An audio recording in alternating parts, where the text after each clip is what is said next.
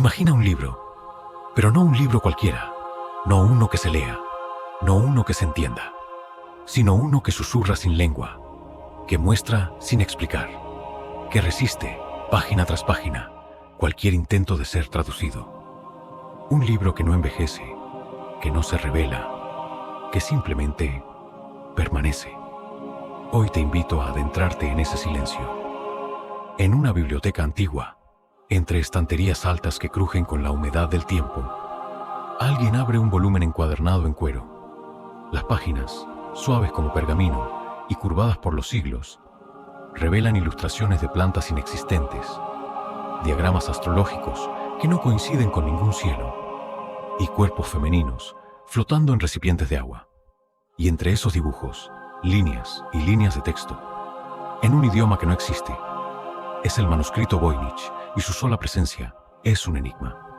Nadie sabe quién lo escribió, nadie sabe por qué, nadie ha podido entender una sola frase, y sin embargo, ha sobrevivido guerras, saqueos, incendios y el olvido. Ha pasado de mano en mano, como si algo que no comprendemos, lo protegiera. En este viaje, no vamos a buscar respuestas definitivas. Vamos a explorar el vacío que deja su existencia, el silencio que impone, y las teorías que se han tejido una tras otra, como velos sobre un espejo que nadie ha podido descifrar. Porque, tal vez, hay misterios que no están hechos para ser resueltos, sino para ser contemplados. Esta es la historia del silencio de los manuscritos Voynich. Un lenguaje que nadie puede leer. El enigma de la cotidianidad oscura. Una obra que no debería existir. Para comenzar a comprender el misterio del manuscrito Voynich, hay que situarse en una época en la que los libros eran objetos raros, poderosos y muchas veces peligrosos. Corre el siglo XV. En algún lugar de Europa, aún indefinido, alguien, o tal vez un grupo de personas, decide crear algo que, a primera vista, parece un tratado de botánica, astrología y anatomía. Las hojas son suaves, hechas de vitela de alta calidad. La escritura fluye como si quien la trazara estuviera completamente familiarizado con ese alfabeto imposible. Las plantas que aparecen no existen. No coinciden con ningún herbario conocido. Sus hojas, tallos y raíces desafían la lógica botánica, como si fueran versiones alternativas de especies reales, o recuerdos de un mundo que no es el nuestro. Y sin embargo, hay una lógica detrás del caos. Las ilustraciones están clasificadas, agrupadas por temas. Hay secciones enteras dedicadas a lo que parecen ser ciclos lunares, baños rituales, mapas estelares imposibles de identificar, fórmulas que se asemejan a recetas, todo con un orden que sugiere intención. Imagina al escriba, porque alguien lo escribió, inclinado sobre una mesa de madera, en un cuarto apenas iluminado por una vela. A su alrededor, silencio. Solo el roce de la pluma sobre el pergamino. Nadie más entiende lo que está escribiendo. Pero él sí, o tal vez no, porque aquí comienza la grieta del misterio. No hay errores, no hay correcciones. Las líneas fluyen con una seguridad que desconcierta. Un idioma fluido, perfecto, que no pertenece a ningún grupo lingüístico conocido. Los lingüistas han intentado clasificarlo. ¿Es una lengua natural? ¿Un código cifrado? ¿Un invento? Pero las letras no tienen equivalentes. No se repiten con el ritmo de un alfabeto convencional. No hay patrones gramaticales conocidos, y aún así hay estructura, como si fuera un lenguaje, que se oculta detrás de sí mismo. Los habitantes del siglo XV creían firmemente en el poder de las palabras. Las palabras curaban, las palabras invocaban, las palabras maldecían, pero estas palabras, las del Voynich, no hacían nada, solo estaban. Y eso, en sí mismo, es inquietante, porque en una época donde todo se escribía para ser leído, ¿por qué crear un libro que nadie podía comprender? ¿Era un código? ¿Un engaño? ¿Un juego de poder? ¿O, quizás, simplemente un acto de contemplación? Una forma de invocar algo más allá de la comprensión humana, o más allá del tiempo. El hilo del destino perdido. las figuras envueltas en sombras. En el momento en que el manuscrito Voynich aparece en la historia moderna, lo hace de forma casi teatral, como si emergiera desde una niebla cuidadosamente cultivada. Es el año 1912. Wilfrid Voynich, un anticuario y bibliófilo polaco, lo encuentra en la Villa Mondragone, una residencia jesuita a las afueras de Roma. Entre un conjunto de textos antiguos que los sacerdotes buscaban vender discretamente, algo lo detiene: un manuscrito encuadernado en cuero, con páginas gruesas y crujientes, cubiertas de ilustraciones imposibles y una escritura que no reconocía. Aquel libro no se parecía a nada que hubiera visto, y él había visto mucho. Voynich estaba familiarizado con textos ocultos, tratados alquímicos, libros medievales y grimorios esotéricos, pero este manuscrito lo desconcertó. Era, como él mismo dijo, un texto que grita que tiene significado, pero se niega a explicarse. Lo llevó consigo, lo estudió, lo presentó en círculos académicos, pero también en reuniones privadas.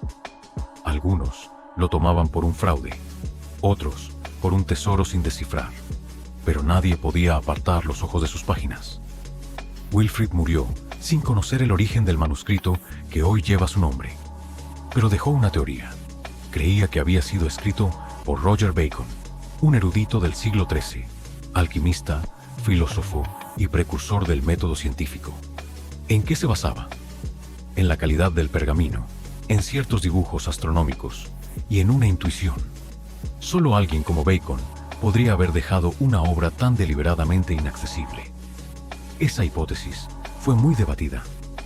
Años más tarde, los estudios de carbono 14 fecharían el manuscrito entre 1404 y 1438, descartando por completo a Bacon.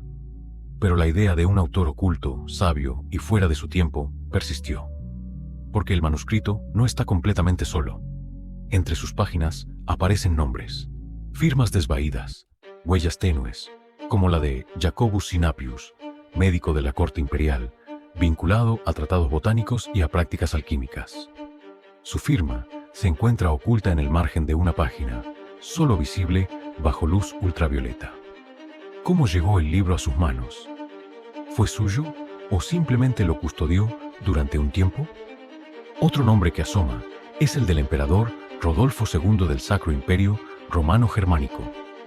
Rodolfo era un apasionado del ocultismo y de las ciencias ocultas. En su corte se reunían alquimistas, astrónomos, matemáticos y falsificadores. Se dice que compró el manuscrito por 600 ducados de oro. Si eso es cierto, es una suma enorme. ¿Qué sabía Rodolfo que nosotros no? Y después aparece el siempre intrigante John Dee, astrólogo, místico y consejero de la reina Isabel I de Inglaterra. Él y su socio, Edward Kelly, decían comunicarse con ángeles, utilizaban un lenguaje llamado enoquiano y consultaban espejos negros. Dee poseía libros extraños, manuscritos esotéricos, tratados con símbolos similares.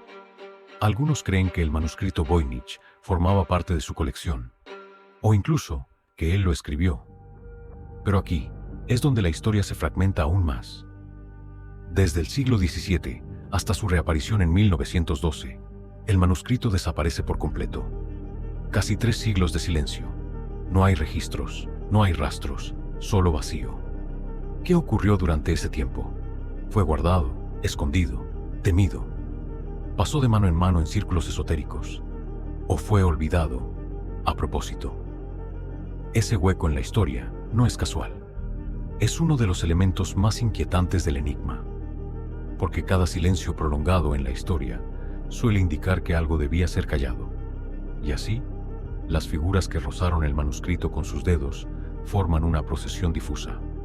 Nadie lo reclama, nadie lo entiende, pero todos, al menos eso parece, intuyen que no es un simple libro.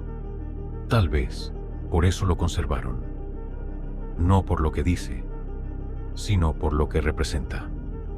Una presencia, un eco de otro tiempo, un mensaje sin palabras. El corazón del enigma irresuelto, arqueología de lo desconocido. A veces, los mayores misterios no están en lo que falta, sino en lo que sobra sin explicación. El manuscrito Voynich no es apenas un conjunto de símbolos extraños. Es una obra extensa, meticulosamente ilustrada, elaborada con materiales finos. Contiene más de 240 páginas, muchas de ellas desplegables, lo cual sugiere que su creador tenía acceso a recursos costosos y conocimientos técnicos avanzados. El pergamino ha sido datado científicamente entre los años 1404 y 1438. Esto descarta las teorías que lo atribuían a figuras más antiguas como Roger Bacon. El carbono 14 nos dice cuándo fue hecho el material, pero no nos dice quién lo escribió, por qué, ni para qué. La caligrafía es suave, fluida, casi hipnótica. No hay correcciones, ni vacilaciones, ninguna mancha, ningún intento fallido. Es como si el autor supiera perfectamente lo que estaba haciendo, incluso si nadie más lo entiende. Ese nivel de control levanta preguntas inquietantes. Se han identificado cerca de 25 a 30 caracteres diferentes en su escritura, lo cual sugiere un alfabeto, pero no es uno reconocible. El texto parece seguir reglas, patrones. Ciertas combinaciones se repiten. Algunas palabras aparecen con una frecuencia tan regular que uno pensaría estar viendo un lenguaje real. Y sin embargo, nadie ha logrado descifrarlo. Los criptógrafos más destacados del siglo XX, incluidos algunos que trabajaron en la Segunda Guerra Mundial, rompiendo códigos nazis, lo intentaron y fracasaron. Las inteligencias artificiales modernas también lo han intentado. Algunos modelos han encontrado patrones estadísticos similares a los de las lenguas naturales, pero el resultado nunca es coherente. Nadie ha podido traducir una sola frase con certeza, ni una sola palabra. Algunos sugieren que el texto está en una lengua inventada. Otros, que se trata de un cifrado por sustitución, o un sistema de abreviaciones, o incluso una forma de glosolalia escrita. Una escritura automática producida en estados alterados de conciencia. Pero si es un fraude, ¿por qué hacerlo tan complejo? ¿Por qué escribir más de 200 páginas con estructura interna, clasificaciones visuales y secciones temáticas distintas? Porque sí, el manuscrito está dividido en secciones. Una botánica, con plantas irreconocibles, muchas combinaciones entre especies reales e imaginarias. Una astronómica, con diagramas circulares, lunas, estrellas de múltiples puntas y constelaciones inexistentes. Una biológica, con mujeres desnudas bañándose en sistemas hídricos imposibles, conectadas por tubos, como si describieran el ciclo de la vida. O un ritual alquímico, una farmacéutica, con frascos, raíces, fórmulas y una sección final de texto continuo, sin ilustraciones. La parte más densa y más silenciosa. Es como si el manuscrito fuera un tratado de conocimiento total, hecho por alguien que buscaba preservar una sabiduría que no podía ser dicha en términos convencionales. O como si se tratara de un manual de otro mundo, o de otro nivel de realidad. Hay detalles desconcertantes. Algunos dibujos muestran elementos anatómicos que no se comprendieron bien hasta siglos después, o diagramas que parecen anticipar estructuras celulares. ¿Coincidencia? ¿Intuición artística? ¿Sabiduría ancestral? ¿O simplemente proyección moderna? Incluso la tinta utilizada ha sido analizada. Se trata de una mezcla común en manuscritos medievales. No hay indicios de manipulación reciente. Todo parece legítimo, excepto el contenido. Y aquí es donde la paradoja se vuelve fascinante. Un texto que no puede ser leído, pero que no puede ser ignorado. Un libro que está completo, y aún así, vacío de significado aparente. Tal vez el manuscrito Voynich no esté hecho para ser entendido de la forma tradicional. Tal vez no debamos buscar una traducción, sino una interpretación más profunda, más simbólica. Quizás sea como una obra de arte que no necesita palabras. O tal vez, como han dicho algunos, es un espejo, y en él no vemos lo que dice, sino lo que deseamos encontrar, el contraste de la sombra, las capas del secreto. Para entender la naturaleza esquiva del manuscrito Voynich, debemos ir más allá del texto, más allá de sus ilustraciones, incluso más allá de quienes lo escribieron o lo estudiaron. Tenemos que observar lo que lo rodea, porque el Voynich no vive solo en sus páginas, vive también en los silencios institucionales, en las decisiones invisibles que lo mantuvieron oculto durante siglos, y en las estructuras de poder que, de forma directa o indirecta, han protegido su misterio. Empecemos por el lugar donde fue hallado, la Villa Mondragone, propiedad de los jesuitas. Durante siglos, esta orden, una de las más influyentes y secretas de la Iglesia Católica, reunió, copió, ocultó y destruyó conocimientos. Lo hacían por fe, por poder o por supervivencia, dependiendo de la época, y sin embargo, no destruyeron el manuscrito Voynich. Lo conservaron, lo guardaron. ¿Por qué? No era útil, no era legible, no era canónico, pero sobrevivió. ¿Acaso lo consideraban valioso? ¿Temían su contenido? ¿O simplemente sabían que su existencia era un mensaje? Cuando Wilfrid Voynich lo adquirió, los jesuitas no ofrecieron contexto. No había notas, no había explicación, solo silencio, como si entregarlo fuera parte de un ciclo inevitable. Desde entonces, pasó por manos que no pudieron descifrarlo, pero tampoco desecharlo. Incluso su llegada a la Universidad de Yale, donde permanece hasta hoy bajo el código MS-408, se hizo sin ceremonias. Fue donado, archivado y más tarde digitalizado. Ahora está disponible para cualquiera, y sin embargo, sigue igual de incomprensible. Y aquí es donde surge otro nivel de contraste. El manuscrito vive en el umbral entre lo académico y lo esotérico. Por un lado, los científicos, criptógrafos, lingüistas, historiadores. Ellos buscan datos, patrones, pruebas. Trabajan con software de análisis estadístico, inteligencia artificial y reconstrucciones estructurales del lenguaje. Por otro lado, los ocultistas, místicos, hermetistas, soñadores. Ellos ven símbolos, portales, energías. Hablan del Voynich como un códice sagrado, una revelación protegida por el caos. Ambos mundos lo analizan. Ambos lo reclaman. Ninguno lo comprende. Y mientras tanto, una teoría más inquietante se desliza por los márgenes. ¿Y si el manuscrito fue hecho para no tener sentido? ¿Y si fue creado como un espejismo intelectual, un rompecabezas sin solución para probar la paciencia del lector? ¿Un espejo que refleja el deseo humano de encontrar significado incluso en lo vacío? Esto nos lleva al contraste más profundo, el que existe entre el contenido del manuscrito y la reacción que provoca en quienes lo estudian. Algunos se obsesionan, otros lo descartan, pero todos, sin excepción, se ven reflejados en él. El erudito ve un enigma lógico, el creyente una revelación divina, el escéptico una farsa refinada, el artista una obra sublime. Y tal vez ahí esté su verdadera función, no ser resuelto, sino ser interpretado, ser proyectado, ser absorbido como un vacío que devora, que sugiere, que insinúa, sin confirmar nunca nada, como si el manuscrito Voynich no viniera de un autor, sino de una intención oculta, una voluntad silenciosa, una arquitectura de sombras diseñada para vivir en la frontera entre el conocimiento y la ignorancia. Un lenguaje que no dice, pero sugiere. Un mensaje que no comunica, pero inquieta. Un secreto que no se revela, pero tampoco se deja olvidar, donde el misterio se vuelve espejo.